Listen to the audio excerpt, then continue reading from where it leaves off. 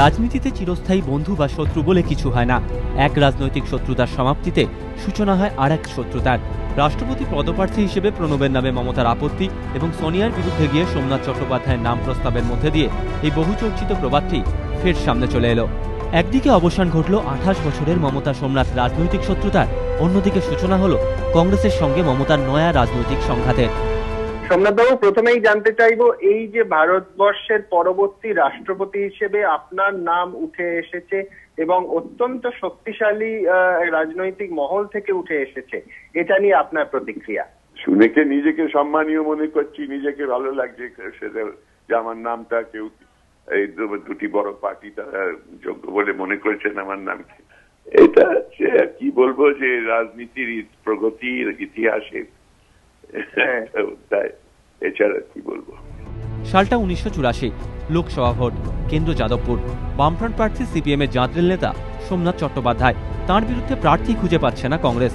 শেষ পর্যন্ত এগিয়ে দেওয়া হলো এক তরুণীকে, রাজনীতিতে একেবারেই আনকোড়া। কেউ ভাবেননি অভিজ্ঞ সোমনাথ বাবুকে লোকসভার ভোটে হারিয়ে দেবেন সদ্য রাজনীতিতে আসা দুদিনের মেয়ে মমতা। কেউ আঁচ করতে পারেননি মমতার ক্ষমতা। যেটা কেউ ভাবতে পারেননি সেটাই তিনি করে দেখালেন। তিনি মমতা বন্দ্যোপাধ্যায় দুদিনের মেয়েই হারিয়ে দিলেন সোমনাথ চট্টোপাধ্যায়কে। রাজ্য রাজনীতির আকাশে বিদ্যুতের ঝলকানি। এই হারে এতটাই হতাশ ও ক্ষুব্ধ হয়েছিলেন সোমনাথ চট্টোপাধ্যায় যে তার বহু বছর পরেও মমতার নামও তিনি মুখে আনতেন না। সোমনাথ চট্টোপাধ্যায় ও মমতা বন্দ্যোপাধ্যায়ের প্রথম সাক্ষাৎটিও ছিল অত্যন্ত নাটকীয়। মনোনয়ন জমা দিতে গিয়ে প্রথম সোমনাথ চট্টোপাধ্যায়ের মুখোমুখি হন মমতা এবং যথারীতি মমতা সুলভ ভঙ্গিতেই সোমনাথ বাবুর পা ছুঁয়ে আশীর্বাদ প্রার্থনা করেন। গম্ভীর সোমনাথের প্রশ্ন ছিল, কে তুমি, কি চাও? উল্টো দিক থেকে জবাব এসেছিল, আমি মমতা, আপনার প্রতিদ্বন্দ্বী, আমাকে আশীর্বাদ করুন যাতে আমি জিততে পারি।